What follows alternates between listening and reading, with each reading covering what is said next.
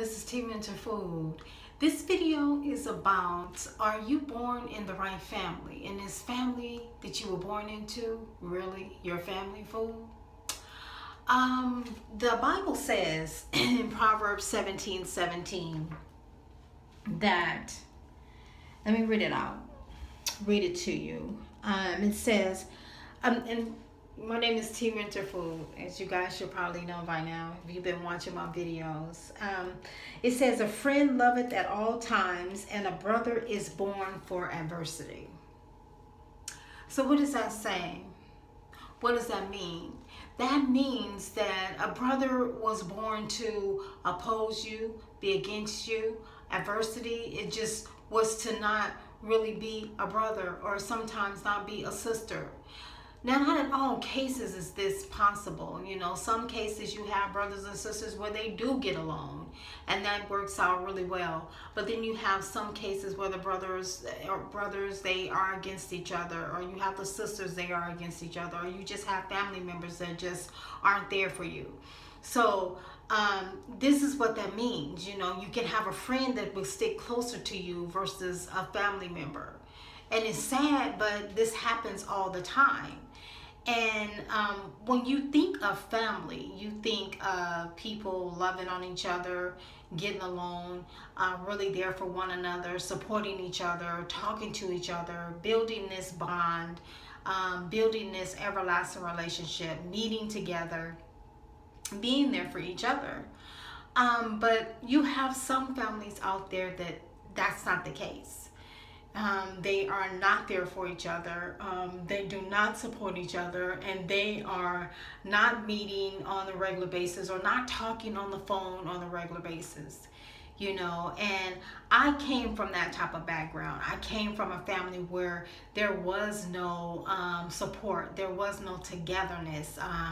If people were supporting you or helping you out, if it was financially, for instance, they wanted their money back right away, even though they know you're not on your feet, you barely climbing back up on your feet, but they want your money.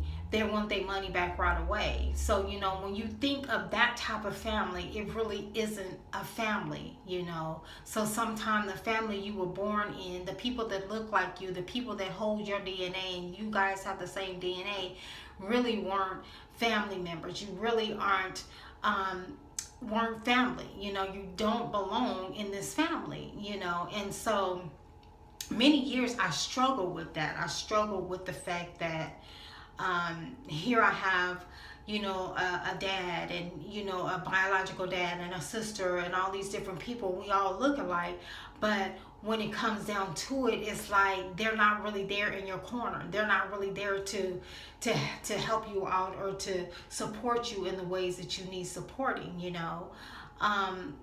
Most families are, you know, are supportive. And when you think of family, that's what you think of, you know. And I this is what I thought when I was coming up, you know, that here, this family that I'm growing up in will hopefully be there for me. I had no idea that it was just all, you know, just like this mirage that wasn't really real. It wasn't real, you know, that I had no idea once I walked on the other side of that door and stayed on it, that would be the end of whatever I thought was so-called family. It's really hard, though, when you grow up in a family and there is no support, because when you think of family, you think of support, you know, because most people do have support. So I struggle with that, but I'm also learning that I cannot compare myself to people that have support, family support, and friend support. I cannot compare myself to those type of people, you know, because I didn't come up like that. My dad, he's living. My mom passed away, and then it's a stepmother, and she's mean, and she's not a very nice lady. And so based on the fact that that's my environment, she wasn't there for my dad's kids, and she basically told him all kind of lies in regards to us. And so he has like this tainted image of his own biological kids, so he too is not there for his children. And so my stepmother, you know, she's there for her kids, but she puts on this image like she's talking to all of us, and that it's okay with my dad's kids, because she is the only one that we talk to. If you call the house, you're only talking to her. You don't even talk to my dad. He, for me and my siblings, we have to ask, can we talk to our dad? We have to say, well, can I talk to so and so? If we do not say, can I talk to so and so, we will not talk to so and so. And so she is the only one that we talk to, and based on us talking to her only, she has this only she's the only one that knows what's going on with us. So in my dad's mind, she has been training him to think very negative about his own seed. And so he sees his own seed in such a negative light. He doesn't reach out to his children. My dad hasn't. If I don't call that house and ask to speak to him, I will not talk to my dad. My dad hasn't. He doesn't have my number. He doesn't know where I live. He doesn't know anything about me. He doesn't know if I'm dead or alive. He's never been to my home. But one time, and that was because his wife wanted to come, because then I had money, and so she wanted to come to my house and do her witchcraft or whatever. And so my dad he's never been there. He's never been there, and he still isn't there today. So my whole image of a family and support has been shattered. You know, it's been shattered. And I've been living behind this shame for so many years. You know, for years and years and years, I lived behind the shame of really not having any support, or really just being this person that has been like thrown out into the world, and or kicked out the nest, and said, well, you find your way, you're on your own, and bye, see you later, don't come back over here because there's nothing for you. That's how I feel. Like I've literally been thrown out into the cities of New York City and just said, find your way, bye, see you later. And you know, and that's how my life has been my whole entire life. So when it comes to me really giving myself up to people, it's kind of hard for me to do so.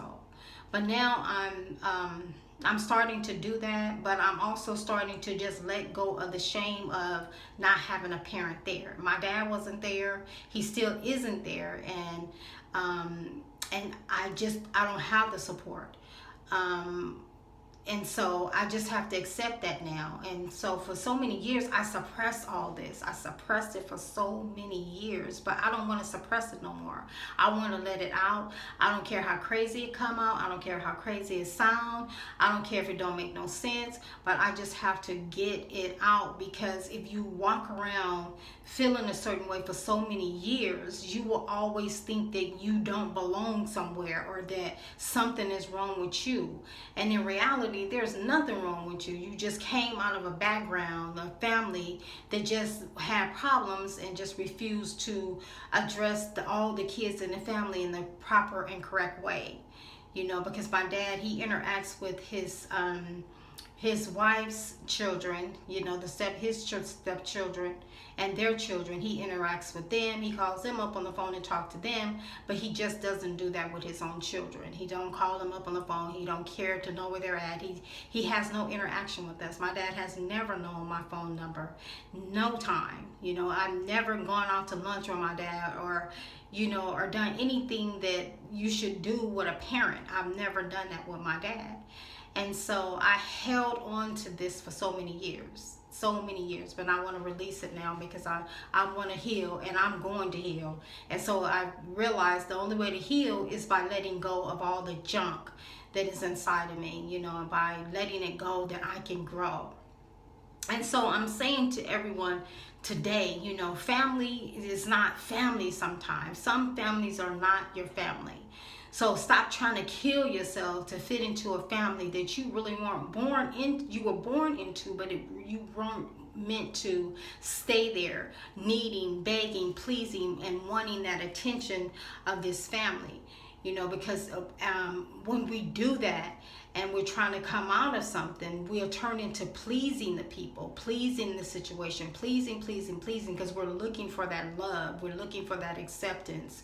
Well, that acceptance will never be there by a family that you were not meant to be in that family.